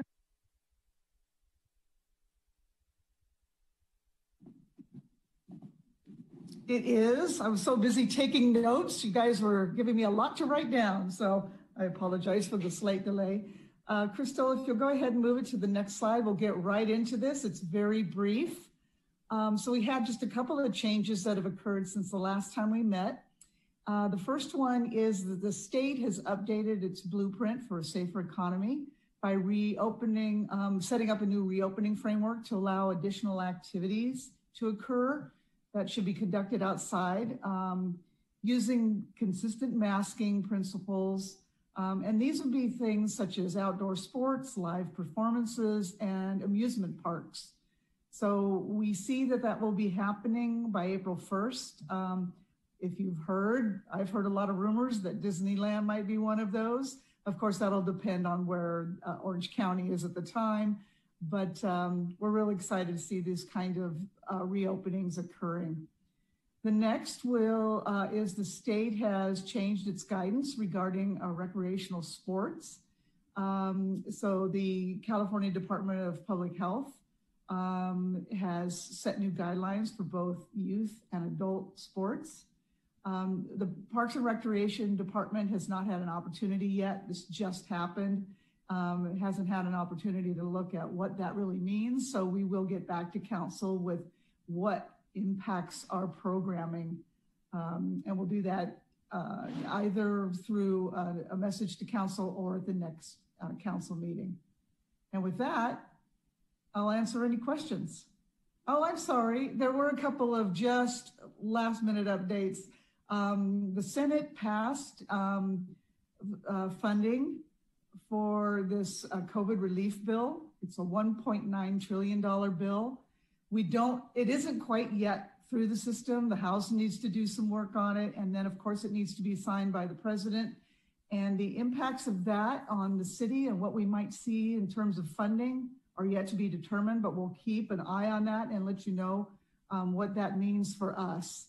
And then lastly is just a continuation of the COVID testing at the Central Middle School campus. And that is being scheduled through Curative, and you can reach them at cur.tv/San Carlos. And with that, I'll answer any questions. Great, thank you, Tara. Councilmember Collins. Thank you, Madam Mayor. Thank you, Tara. I'm just curious, we just entered the red category last week. And then I heard that there were going to be a whole set of new guidelines. Are we still going to be in a color-coded environment? Yes, I have not heard of any changes to that system. And we are hoping to move into the orange, but we have to wait. We have to be 3 weeks in red, and that the numbers are really good for us when they reevaluate us in 3 weeks' time. So that'll be another couple of weeks before we can look and see if we're moving into orange. I was just about to ask you how long, but you answered it before I could ask the question. So thank Anticipated. you. Thank you. Vice Mayor McDowell. Thank you, Madam Mayor. Tara, I had a quick question for you. I feel like there's been a bit of an uptick of complaints by community members about some business operations downtown and certain areas seeming just a little too carefree. Could you talk a little bit about that and kind of what the city is doing? Sure. I actually think that I should turn that over to probably Greg Rubens. Have you been involved, or Christina, in the enforcement of those rules? I can just basically tell you that people are hearing all the good news and how things are opening and there's vaccines. So they're ready to relax a little bit and let some steam off. But as far as enforcement, Greg, would you like to take that over? Yeah, thank you, Tara, and thank you for the question, Councilmember McDowell. The approach we're taking with the reports that we've received is we're increasing the presence of police to monitor the situation. We've had a few incidents where over Valentine's Day weekend and after that, we've had large crowd. I don't know if it's related to the weather or maybe it is some exuberance of the public, and that there's some indoor dining that was able to occur. That we got some people that were, from the evidence I saw, there's some people that were probably not following the intent of the protocols. So what we've done is when we've identified a location that's had a problem, is we reported to the county's San Mateo's COVID response team, and that response team then conducts an investigation and issues warnings or citations if the business has already received a warning, and then the city itself is evaluating businesses that have are, from our perception, just not disregarding our requirements that the businesses who participate in our parklet program on Laurel Street, if they're just not going to comply, then we are looking at imposing our own remedy, which is separate and apart from the county's remedy, and that would be to revoke the parklet permit that business might have if they're violating the COVID rules. And right now because it's an evidentiary standard that, I mean, we have to actually see evidence that we think somebody is violating it, and then having the backup to do that. We want to be careful about making sure that a still frame photograph or a small little clip of video is not really misrepresenting what's actually happening at the scene. And that's the stage we're at with some of the concerns we've seen. Thank you. And just a follow-up to that. So I've heard different, so it sounds like there's two avenues that we're taking. One is locally within our jurisdiction, and the other is with the county. To whom should the community express their concerns when they see something that they think is not in compliance? Do they call the local police office, or do they report to the business enforcement in the county? I think you could always report to the county COVID-19 response team, but if there's something that's immediate that is distressing to someone, I think I would encourage, to the extent our law enforcement community is able to accommodate those types of requests, that they reach out to that. And I'll leave it to the chief about what's the best way to communicate that. I wouldn't want to flood 911 lines, but there's probably a business line that things can be reported that are not emergencies. Hello again. So what I would say, and reiterate what Greg said, and just really reaching out to the county health task force. And I mean, by all means, you can call us. Our position is to inform and educate, and also we would document. So like on Valentine's Day, we did observe and we did report and we did pass forward the information. So that is what our preference is. Thank you. Councilmember Rack? Thank you, Madam Mayor. I would just like to say I'm really disappointed to hear that what's going on downtown with some of the restaurants, and we've done some things to try to help support them throughout this pandemic, and the fact that if there is sort of this especially egregious flaunting of the rules, I would hope that over time, and especially for businesses that are continue to not try to do the right thing, that we would do more than just inform, that we would, use our ability to deal with their permits and enforce that, because I do think that if people continue to get away with it, we're never going to solve the problem. And so I think myself and many others would like to try to get back to normal as soon as possible. And when the rules are disregarded and they put the community at risk, it is extremely disappointing. And I think we should do whatever we can to enforce the rules downtown. That's just my opinion on this topic. Thank you. May I add to that? I wanted to agree and also note that this is a two-way street. It's the businesses, but it's also the customers. And right now we're trying to get our kids back to school and keep our case rates low. And as Adam said, try to get back to our new normal. So, I would encourage everyone who does go downtown to, still follow the rules, wear a mask, have good behavior so that we can all enjoy, going downtown and continue to make progress in the pandemic and bring our COVID numbers down. Thank you.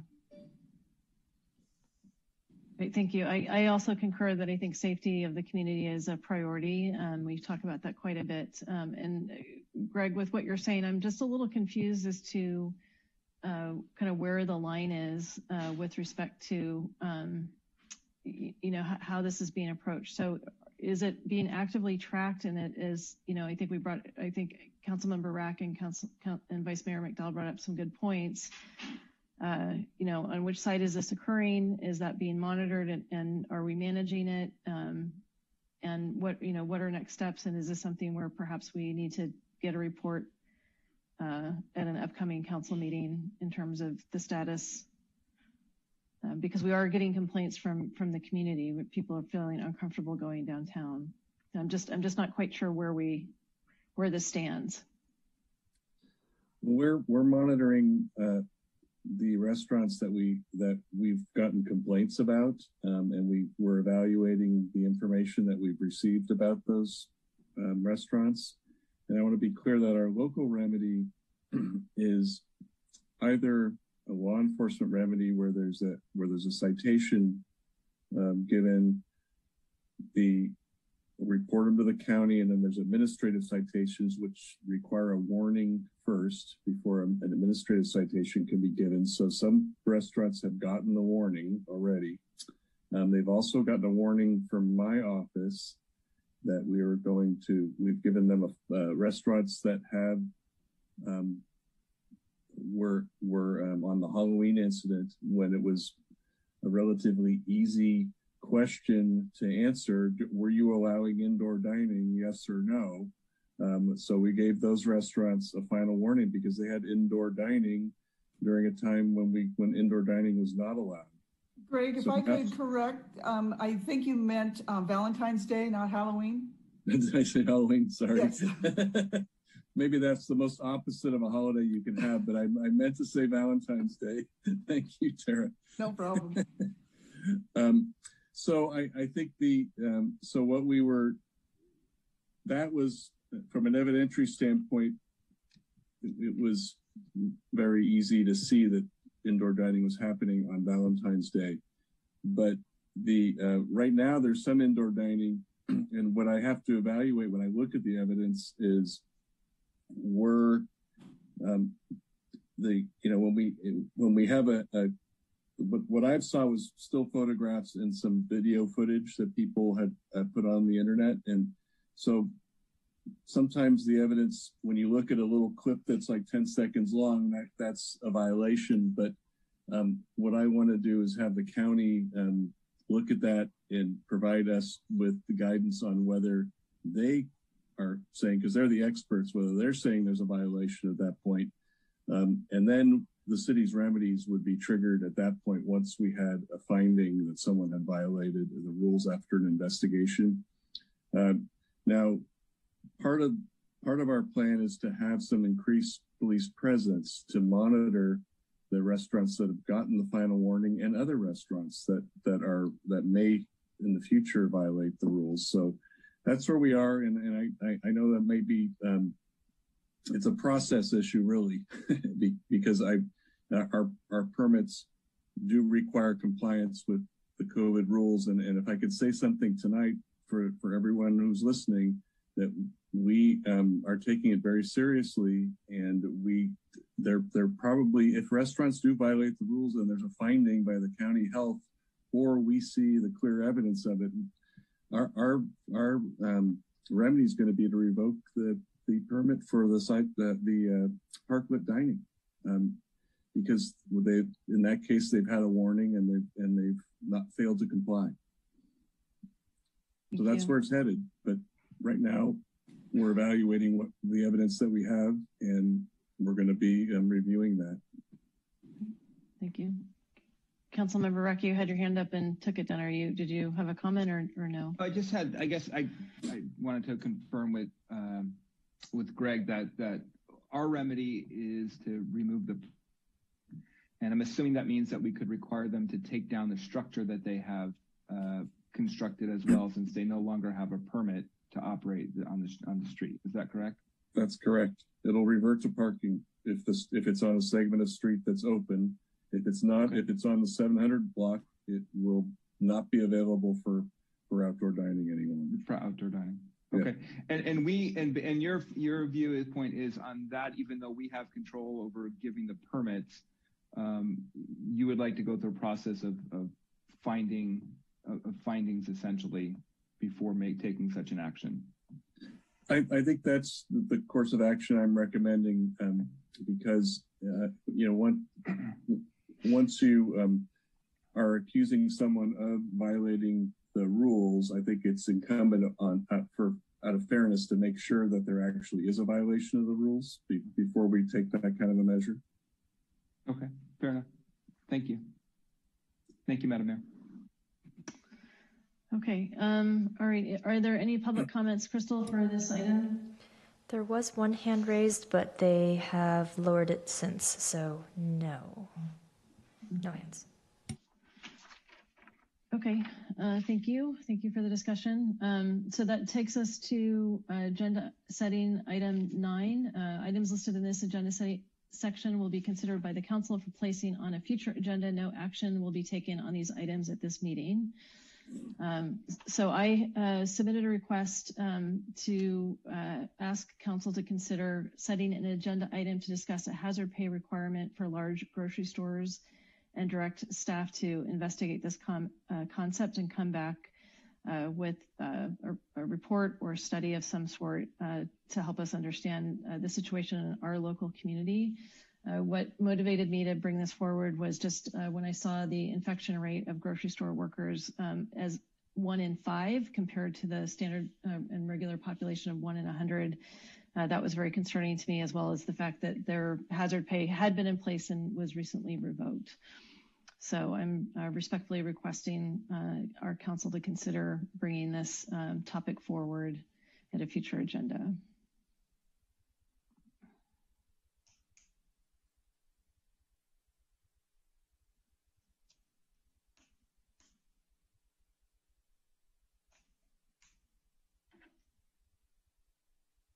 Okay, so I'm not hearing any response. Crystal, are there, Vice Mayor McDowell? I just wanted to ask you, Madam Mayor, or staff. I heard on our last county call for elected officials that the Board of Supervisors is actually taking this up, and they've created a subcommittee, and they expect to have something in the next couple of weeks. So, doing the ordinance at a countywide level seems to make a lot of sense to me. So I'm wondering kind of what everyone has heard on that. Jeff, do you have any insight, or Tara? I don't really have any additional insight to what the vice mayor added. We're aware that the county is taking a look at it, has formed a subcommittee to go forward. I don't believe the county would have jurisdiction countywide other than in unincorporated areas, which is typical, but it certainly could serve as a model for other jurisdictions. You know, without council direction, we haven't really spent any time on this particular issue. I am aware, I have heard that there are already some lawsuits circulating around this issue, or threatened lawsuits around it. So it does seem to be a fairly contentious item, as I think we got a little bit of a preview of in public comment earlier. Thank you, Jeff. Councilmember Dugan. Yeah, thank you, Madam Mayor. Jeff, could I get kind of your, like, procedurally what this would look like? So it would presumably take you guys a couple of weeks at least to study it. You would present something if it was a recommendation that we consider a new ordinance. Like, what is the early, like, what is the if we were just full steam ahead on this thing, what would the earliest possible rough date be that this could be enacted? I would imagine probably, like, if we were going, as you say, really full steam ahead, we'd probably be looking at, like, introducing an ordinance maybe sometime in May. You know, typically the process would be, you know, we'd have our city attorney researching, you know, the legal issues associated with this. Our city staff would be reaching out to other jurisdictions that might have already done this to understand the issues better that their councils and communities were struggling with. I think we would want to look at the available public health data so that we could, you know, help present and interpret that for the city council and the community as you were considering this. Once we had that together, we'd likely recommend you do some sort of a study session with the information so we could all make sure that we're kind of on the right track and understand the issues. After the study session, we would turn it over to our attorney to actually begin to write the ordinance and get it all ready for your adoption. And as soon as that was ready, we would bring it back to the council. And the only other wrinkle there, and I'm not sure that that would really necessarily apply to an item like this, would be whether or not we needed to have broader community meetings or specific stakeholder meetings with unions or groups of people that had a particular focus and interest in this particular issue, who the council might want to make sure that we've done an in-depth discussion with, to make sure that their point of views were being presented to the council in any sort of final report. Okay. So, and May would be very, very ambitious. You know, I think this would be kind of similar to some of the gun regulation stuff we did. And I think that probably took, what, Greg, maybe 4 or 5 months to work through. Yeah. I think the issues that just, again, not just touching on it, you know, for the last couple of days, thinking about it. Some of our cities have been that have adopted these types of ordinances have done it pretty aggressively and done urgency ordinances. But there's a lot of issues that and cases are being brought in federal court over whether or not labor laws are violated, or, you know, there's just several issues that I saw in press reports about it that I'd want to make sure that I've been able to analyze for you. So it wouldn't be something that could possibly be brought to you at your next meeting. It would take me a while to marshal the resources that I need to do and research it to get something to you that I can make a good recommendation. Okay. Thank you. Well, thanks for the overview on that. So it would so probably June, and then second reading would be sometime in July. I guess I would just observe a couple things that, you know, I'm certainly empathetic for frontline workers, and they've certainly have exposed themselves to hazard in the past year for sure. And I'm certainly empathetic for that. I wish perhaps the council had considered this a year or so ago or 9 months ago. It feels like we're God willing, towards the tail end of getting folks the protection they really need to be safer in those positions. I also observed that grocery workers are specifically at the front of the line now to get their vaccine. Versus going into a legislative process that will take several months at a minimum, I'm just wondering if there's anything we could do immediately as a city to prioritize, or an awareness campaign, or somehow let's get those folks their vaccine as soon as possible. If there's anything the city could do on that front much sooner, I think that could potentially be more impactful and even more helpful to the situation. Thank you, Councilmember Dugan. Councilmember Collins. Thank you, Madam Mayor. I just wanted to mention that I spoke with Supervisor Horsley today, and we did talk about this. And I don't get the feeling that there's a lot of enthusiasm on the part of the county supervisors to take this on. Supervisor Horsley's feeling is this is primarily a labor issue, and that it's really an unpredictable road that you go down when you start taking these kinds of issues on. So I don't think we should be looking to the county to provide us any sort of cover for this. Okay, thank you. At this time, Crystal, why don't we? I believe that there's people who want to make public comment on this, Crystal, and then we can circle back and clarify where we land. Yes, we do have 3 hands raised. So the first one will be Julie Lind. Julie, you should be able to unmute. There you go. Thank you. So I had a very well-crafted, spiffy set of talking points that I will now skip to answer your questions. So thank you all for opening this discussion. I agree with Councilmember Collins, and I've been working with the county on this. They are very unlikely to move forward with a countywide ordinance for some of the issues already flagged. Lawsuit-wise, Long Beach was widely viewed as the test case on the issue of hazard pay. And the Long Beach judge denied the preliminary injunction filed by the Grocery Association about a week ago in no uncertain terms, essentially telling them that they had no case. Local jurisdictions that have passed these ordinances have done so within a month from point of initial discussion to implementation, in some cases a shorter timeline. San Mateo passed it. They're $5 an hour for grocery, drugstore, and retail food like Target, Costco, etc. South City passed it. They're also $5.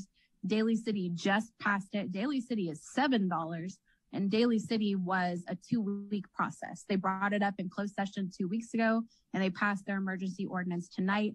All 3 of these jurisdictions are emergency ordinances that went into effect immediately, lasting for between 90 days and 120 days. And the justification on this for these workers specifically is rate of pay and degree of exposure.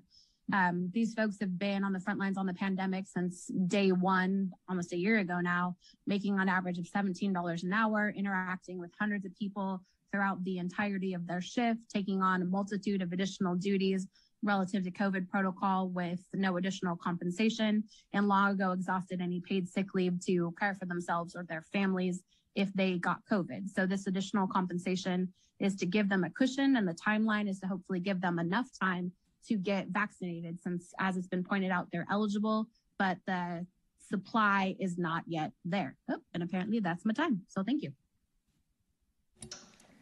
Thank you. Thank you, Julie. Next is Richard Hedges. Thank you, Mayor and honorable council people.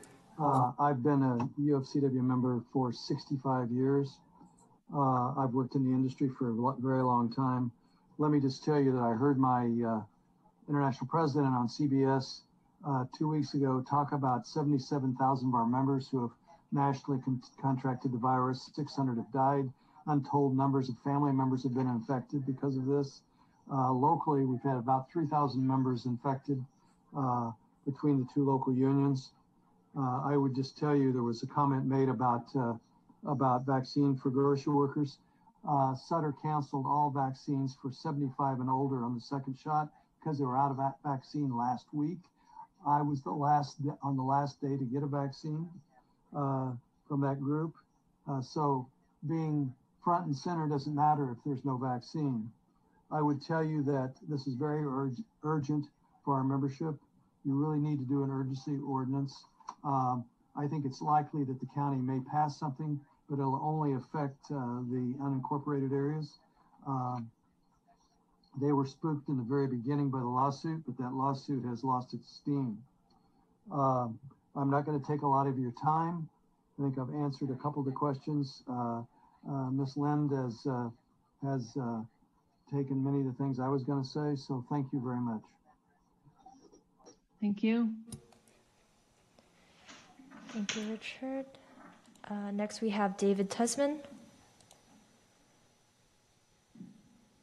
Hey, my name is David Tusman. I'm a resident of San Carlos, and echoing the prior two comments, I really think this should be acted on ASAP as an emergency ordinance, and really looking at hearing the timelines talked about of staff study and council study and community input. That's really, I think, ridiculous and just dragging your feet. And I, as also mentioned, South City, San Mateo have already passed this. Daly City passed it just tonight. And, you know, I think the role of the city government is meant to help not just the residents and customers that are being served by these grocery stores, but also the employees that are traveling into our city under their own risk and cost and need. And this hazard pay is the least we can do to help them out. So please agendize it. I guess that's all we're deciding tonight. But maybe agendize it with direction to staff to craft as an urgency ordinance and to, you know, maybe overlook the weeks and months otherwise of community input and tiptoeing that you would otherwise do, because, you know, this is super important and super urgent. Thank you. Thank you. Thank you, David. Next is Linda Burrows. Yes, I just simply wanted to reinforce statements made with regard to the grocery store workers are essential workers, and given the realities of the statistics of COVID in this group and the number of folks who are without any medical benefits, quite frankly, by design, as they're considered part-time workers, many of them, this exacerbates the situation. So it would seem that urgency is the word to underscore. And I think that our medical community is strong, and that perhaps city staff can make a direct approach to allow the grocery store workers in our area to be made a priority to receive vaccine, and some effort be underscored to let them know that they will gain access. Thank you. Thank you. And there are no further hands. Okay, thank you. Councilmember Rack. Thank you, Madam Mayor. And I appreciate all the comments from everyone. So I think where I am on this topic is I'm struggling a little bit because I also feel like this approach is kind of narrow in scope in terms of where we're looking at it, because I know that there are many other frontline essential workers, and I think I would be open to having a discussion about this, but I would want to get some more research done around drugstore workers, other food service places that are essential. I mean, I want to understand, because the scope can be either unmanageable or trying to find the right balance, because I could see where you could argue, look, home building is critical and should be looked at Home Depot and other things. And so I don't want to go down a path that's untenable, but I guess I'd be interested in at least looking at what some of the other cities have done and see if there's, we should have a discussion about it, not sort of committing one way or the other, but I think it's worth maybe having that discussion and understanding a little bit more before we sort of make a decision. Okay, thank you. I would agree with Adam. I would support having some kind of study session on what the other cities have done. I've heard timelines discussed tonight and periods of time where this would apply, and I would be interested in what else is being done in the county. Thank you. All right, thank you, Sarah. Councilmember Dugan. Yeah, thank you. I would just agree with that, Councilmember Rack and Vice Mayor McDowell. I am also just, if we do want to move forward with this, I would want to understand the scope as well. There's a lot of frontline workers. I think about in-home care workers. We've got there's a whole, very challenging to try to draw the line at this. Who would receive this benefit, who wouldn't receive this benefit, and why. There's an awful lot of frontline exposure there. So maybe a study session is the right way for us to even get our arms around this.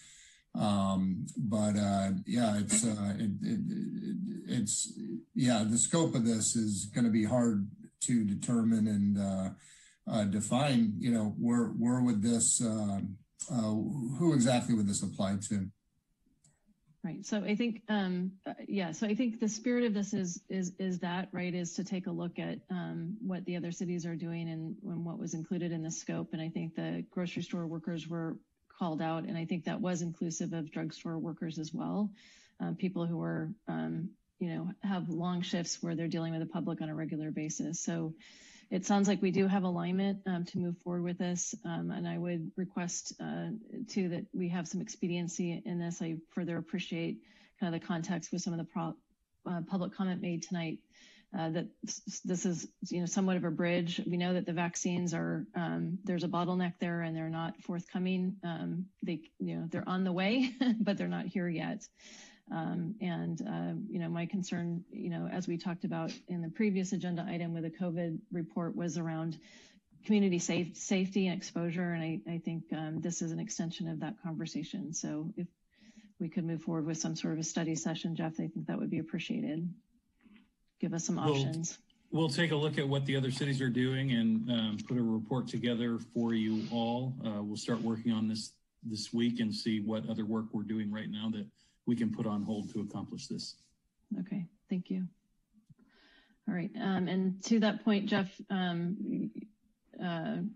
think you were going to also maybe let us know what other upcoming agenda items might be, but it sounds like you want to look at that in context of this request this evening, correct?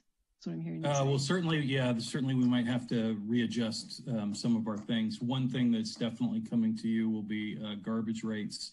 We need to get that started so that we can meet the calendar that the Proposition 218 process requires for us to be able to do that. So we're looking at putting together a set of options for you to be able to consider. The housing element progress report needs to come forward. That's not related to the new housing element that we're working on, but the annual report that we're required to make on the existing housing element. We have a report on Fire Station 16 we need to give you, and fire fuel reduction that also have some timing implications that are a little bit outside of our control. And then we're in the process right now of beginning our process for our own labor relations that's being driven by expiring contracts later this summer. So we do have some stuff that we're needing to work on as a city as well. Great, thank you, Jeff. Councilmember Rack.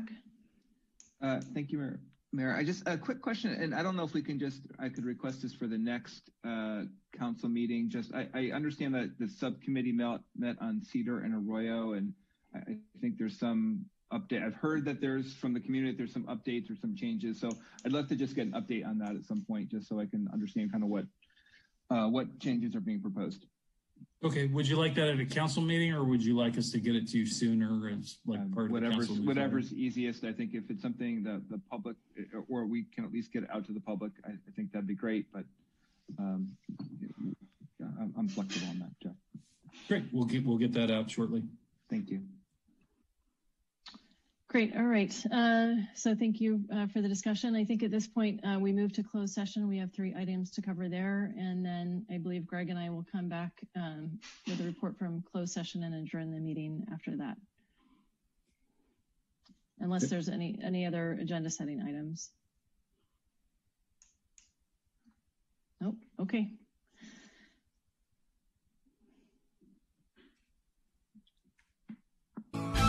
So Crystal, will you remind us?